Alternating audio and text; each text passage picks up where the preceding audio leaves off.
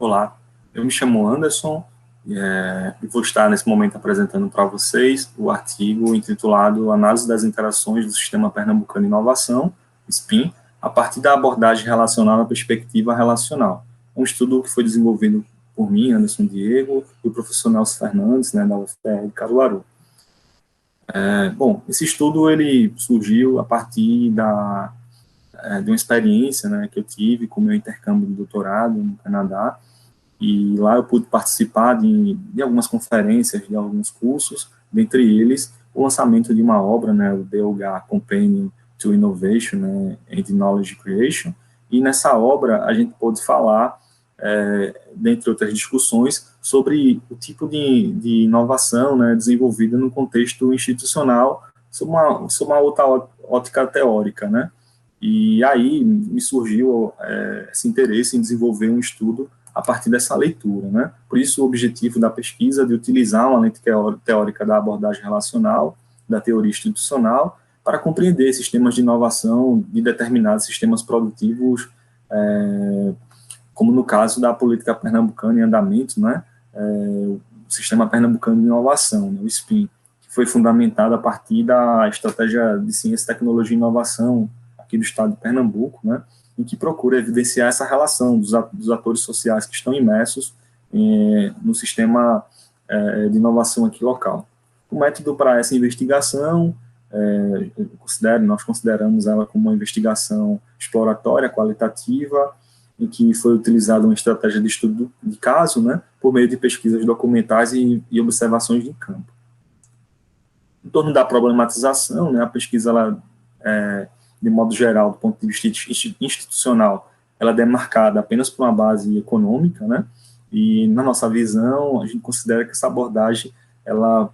tende a ser insuficiente para que você possa ter um entendimento maior do que diz respeito aos territórios, que geralmente são espaços demarcados por conflitos, disputas, como ocorre no caso de aglomerações produtivas e de habitats de inovação. E aí a nossa visão é de que essa leitura, relacional, ela pode fazer com que essas micropráticas, essas relações que há entre os atores sociais em um determinado contexto, elas possam ser mais evidenciadas. Então, aí nós temos, na nossa concepção, uma lacuna, em que há uma lacuna teórica de você, ao estudar a visão institucional, você ir além da questão receituária, das questões normativas e também dar atenção aos elementos das práticas sociais que acontecem entre os atores, de você conciliar o que é normativo e o que é de prática para verificar, para constatar se aquela instituição, ela de fato cumpre o seu papel ou não. Por isso, nosso objetivo é compreender como a abordagem relacional da teoria institucional ela pode contribuir para compreender a organização dos sistemas produtivos em determinados ambientes de inovação, em relação aos objetivos específicos, identificar particularidades conceituais da abordagem relacional, no caso da teoria institucional, especificar ações socialmente construídas que estão presentes na estratégia de ciência, tecnologia e inovação aqui do estado de Pernambuco, além de descrever algumas particularidades institucionais do ambiente de inovação de Pernambuco, e que devem pautar a estratégia de ciência, tecnologia e inovação. Em termos da teoria institucional, inicialmente a gente fala um pouco da relevância e do protagonismo que a teoria institucional ela exerce no campo dos estudos organizacionais, especialmente desde os anos 70, e nós trazemos aqui, digamos assim, um dos principais elementos que emergem dessas discussões, que é a questão do isomorfismo. Justamente quando esses atores sociais, eles procuram, na medida que eles estão imersos em um determinado contexto, copiar determinadas práticas, adaptar a sua organização a determinados valores nessa busca por se diferenciar, mas que no final acaba resultando nessa aproximação, nesse, digamos assim, de você ter um contexto, em um determinado território, organizações que acabam se assemelhando, por conta das práticas que são assumidas por elas. Autores como o DiMaggio e Poi, eles caracterizam esse tipo de isomorfismo como fruto de 3 tipos de pressões externas. No caso, a pressão coercitiva, fruto dessas pressões formais e que as organizações elas sofrem e outras que elas dependem. Essa pressão mimética, né, que é resultado das organizações procurarem se assemelhar, se aproximar de outras, né, de suas práticas, resultados, e também dos tipos de pressões normativas, em que as organizações elas procuram, a partir de suas práticas culturais, né, modelar, né, ambientes operacionais e que acabam afetando na tomada de decisão. Por outro lado, na visão dos autores Gluck e Bartels, eles trazem a perspectiva relacional, né, no contexto institucional, que para esses autores, apesar de regras, políticas e receituários, a interação econômica ela também possui diversos graus de liberdade, o que resulta nesse argumento deles de que a ação social ela é contextual, contingente, ela é não determinística, né? Por isso que os autores propõem esse conceito de institucionalização transformadora. Para eles, é decorrente dessa inter-relação entre expectativas instituídas e oportunidades comportamentais em um contexto específico, né, que impulsionam um tipo de processo, né, recursivo de interações correlatas. Então, essa institucionalização transformadora que os autores propõem é para dizer de que não basta apenas existir a normativa, né? É necessário também considerar as práticas, né, comportamentais, né, em um dado contexto específico, que é justamente esse relacionamento, né, do que está previsto na normativa com a ação social, em que você consegue desenvolver instituições que possam transformar um determinado contexto, possam impulsionar esse contexto local.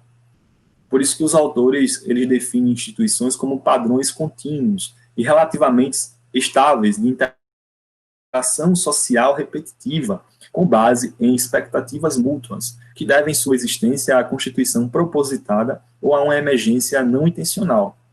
É justamente isso que a gente abordou agora, né? Ou, de uma maneira geral, a inovação no contexto institucional, né? Você parte aí de investigações centradas mais na questão linear, homogênea da inovação, né? Você tem as visões mecanicistas e neoclássicas, que trazem aquele viés endógeno e exógeno, né? Que consideram muitas questões internas e externas à organização. Você tem as investigações centradas nas noções de interatividade, que incorpora, né, novos autores, como a contribuição de Fernandes, que fala da questão do processo social, subjacente à novidade técnica, que é economicamente orientada. Você também tem investigações centradas na relação entre território e inovação, né, que estão compreendidas no campo da geografia da inovação, que aprofunda esse conceito de inovação interativa. E você tem essa contribuição mais recente, né, desses autores que nós apresentamos, que falam da inovação no contexto institucional, considerando aí 3 pilares, né, que são esses. Os pilares regulamentos, em que você considera regras, né, você considera o modus operandi do desenvolvimento econômico em um dado contexto, considerando leis, considerando distribuição de poderes, de recursos, uso, né, dos espaços, as políticas regionais. O pilar organizações, em que você considera os atores sociais, as organizações que eles representam em um determinado contexto, né? Nesse caso aqui nós consideramos as autoridades locais e regionais, né, através desse importante conceito que os autores trazem, que é das parcerias empresariais locais. E você tem o pilar instituições, em que você considera as interações entre esses atores sociais em um determinado território, em um determinado contexto, né? E se elas surgem de regras formais ou não, ou de normas informais. Considerando aqui a capacidade desses atores que estão em um determinado contexto de cooperarem ou de competirem entre si. Os procedimentos metodológicos é um estudo de natureza qualitativa, utilizamos a estratégia de estudo de caso, a coleta de dados, ela se deu por meio de uma pesquisa documental, né, análise também, por meio de uma análise documental. Nós criamos um protocolo de pesquisa em que nós articulamos o objetivo do estudo com, no caso, os pilares, né, dessa teoria relacional e também consideramos os documentos que foram mapeados, que foram considerados para nossas análises. Bom, contexto do SPIN é uma estratégia de ciência e tecnologia de Pernambuco que visa impulsionar o Estado, desenvolver, né, nas regiões de todo o Estado políticas, né, que incentivem, né, a geração de inovação, de iniciativas que corroborem com as economias locais. Os conceitos que influenciaram o SPIN, eles foram inspirados nas concepções de sistemas nacionais de inovação, né, propostas lá atrás por Freeman e Ludwig. Na elaboração dessa estratégia, são consideradas questões como convergência tecnológica, sustentabilidade, os objetivos do desenvolvimento do milênio, bem como questões do sistema territorial de inovação. Por isso, na elaboração do SPIN, considerou-se mapear os atores sociais envolvidos em um determinado sistema de inovação. Essa é a estrutura do Sistema Pernambucano de Inovação, né, que considera esses elementos que eu mencionei, a produção do conhecimento, desenvolvimento, transferência e difusão de tecnologia, financiamento e fomento à inovação, geração de valor, suporte institucional de inovação, formação de pessoal. Então, todos esses elementos conceituais, eles dialogam, né, com esse mapeamento do território, considerando os habitats, considerando as incubadoras, considerando os órgãos fomentadores que estão imersos, ou seja, todos os atores sociais que estão inseridos no sistema. Bom, em relação às nossas análises, sobre o pilar regulamentos, nós observamos que algumas legislações que versavam sobre a questão da pesquisa, o desenvolvimento científico e a inovação no estado de Pernambuco, eles foram atualizados, considerando, por exemplo, o caso da Lei Complementar número 400, né, que foi regulamentada pelo decreto de 2020. No pilar organizações, a gente verificou que existem várias organizações e que, apesar de não atuarem de maneira plenamente integrada, elas são responsáveis por desenvolver importantes ações, né, e iniciativas nos seus territórios de abrangência. E aí a gente traz alguns exemplos de algumas organizações que integram o SPIN: o Parque Tecnológico, como Porto Digital, laboratórios de pesquisa, institutos de ciência e tecnologia, organizações de representação empresarial, instituições vinculadas ao governo, agências de fomento. Então, são alguns desses atores organizacionais que compõem o Sistema Pernambucano de Inovação. A gente também viu nesse pilar organização que o governo do estado de Pernambuco ele adota ainda uma formatação, né, que valoriza as economias de aglomeração, ou seja, você visualiza a região e você determina ali a viabilidade principal econômica daquela região, né? E que muitas vezes não dialoga com o conceito de institucionalização transformadora proposto pelos autores de Gluck e Batelf, que propõem a questão das parcerias empresariais locais. Então, ao invés de a gente analisar a região de desenvolvimento, o melhor seria a gente analisar as micropráticas entre determinados atores sociais em um determinado contexto. Como, por exemplo, você tem situações na cidade de Caruaru, que é uma cidade do agreste de Pernambuco, em que você tem iniciativas ali de atores para viabilizar ali,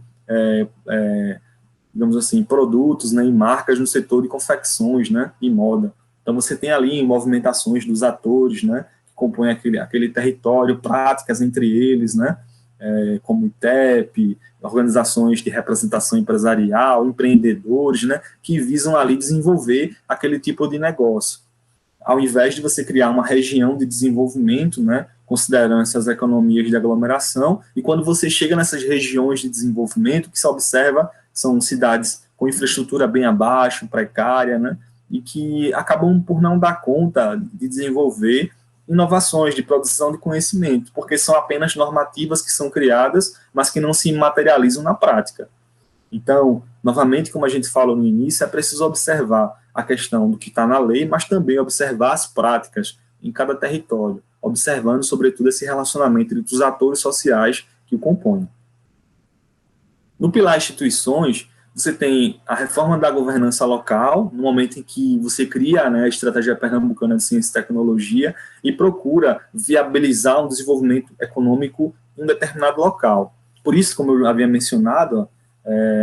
as parcerias empresariais locais ela poderia ser uma alternativa, né, a essas regiões de desenvolvimento, para que a gente pudesse valorizar as singularidades de cada região, o papel-chave de cada ator nesse cenário, considerando suas habilidades e expertises, a capacidade deles de inovar, de cooperar, de competir. Considerações finais. Bom, do ponto de vista do pilar regulamentos, a gente constatou que existe um arcabouço legal, né, que vem em andamento aqui em Pernambuco,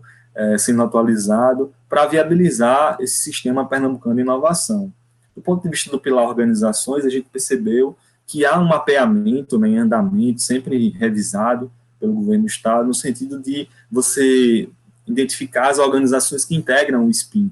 composto, como eu disse, por esse conjunto de instituições que foram mencionadas anteriormente. E também o pilar institucional, que aí um importante achado desse estudo, né, foi esse caminho alternativo para que você possa viabilizar a estratégia pernambucana de ciência e tecnologia por meio da adoção de uma estrutura de governança regional e de curto prazo regulado, ou seja, da gente poder ter um olhar mais para as micropráticas, né, e direcionar esforços de recursos, de normativas, de atores sociais, observando ali aquele contexto naquele momento, né, espaço-tempo, né, para que a gente possa fazer com que aquelas iniciativas que estão florescendo, elas de fato possam produzir e gerar frutos. Essas são nossas referências. Nosso muito obrigado, agradecimento a todos. Desejamos desde já uma boa conferência. Obrigado.